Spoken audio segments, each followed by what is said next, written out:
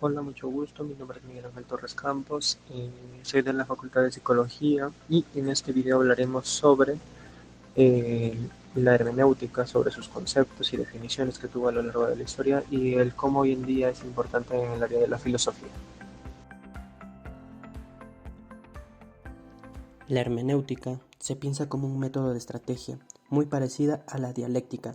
Nace como un recurso metodológico, sobre todo una técnica de lectura.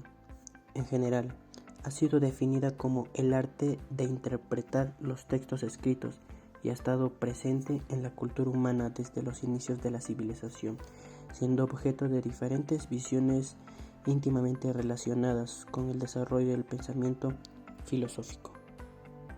En filosofía se vuelve una cuestión ontológica, al igual a la dialéctica, a partir de la filosofía nietzscheana. Por el siglo XIX, la hermenéutica se vuelve una interpretación de hechos. Como decían los filósofos nietzscheanos, no hay hechos, solo interpretaciones.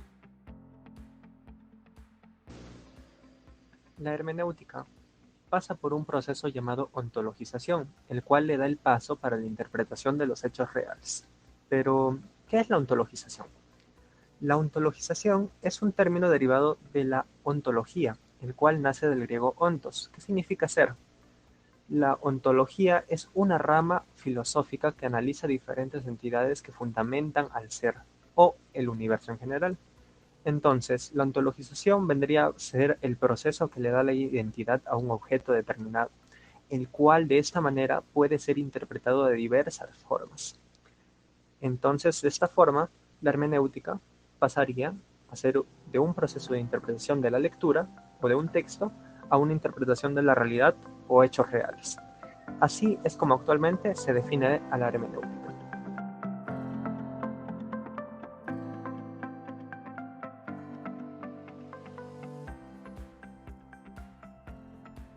Uno de los pensadores más importantes dentro de la hermenéutica fue Vatino, filósofo italiano y uno de los principales autores de la filosofía postmoderna, o también considerada la filosofía del pensamiento débil.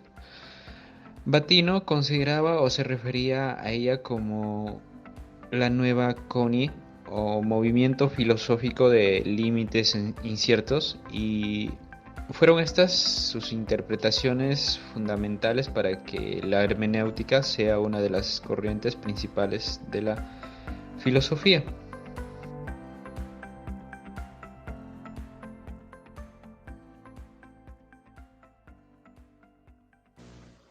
Bueno, para finalizar el video dejaré este pequeño fragmento de un video del canal Fedemana, el cual explica de una manera rápida y sencilla el concepto de hermenéutica.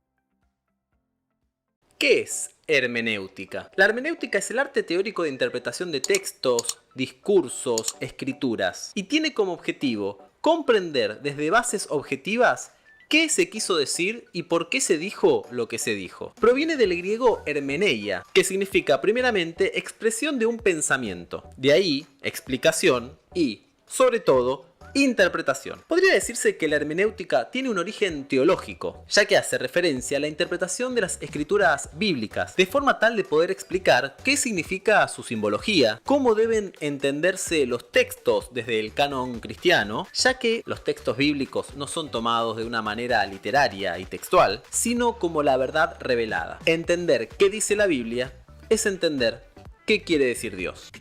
Sin embargo, el horizonte de textos y discursos factibles de ser interpretados no se agotan en las Sagradas Escrituras, motivo por el cual este término ha tomado vital importancia dentro del ámbito de la filosofía. Será Friedrich Schleiermacher quien postule la necesidad de establecer un círculo hermenéutico como forma de poder reconstruir un texto, afirmando que la interpretación no puede ser externa a lo que se está interpretando. Para Dilthey, la hermenéutica es un método que permite fundamentar la validez universal de la interpretación histórica. Por ello, aplica una mirada holística. Ya no se interpreta un texto, Se interpreta una historia, se interpretan discursos, se interpreta la relación del ser humano con todo lo que lo rodea. Como vemos, comprender qué se dice y por qué se dice lo que se dice es una tarea profunda y compleja. Para Heidegger, la hermenéutica es un modo de pensar originariamente. Todo lo dicho es un decir. También postula la idea circular, ya que toda interpretación, para producir comprensión, debe tener ya comprendido lo que va a interpretar. Existe entonces una reciprocidad entre texto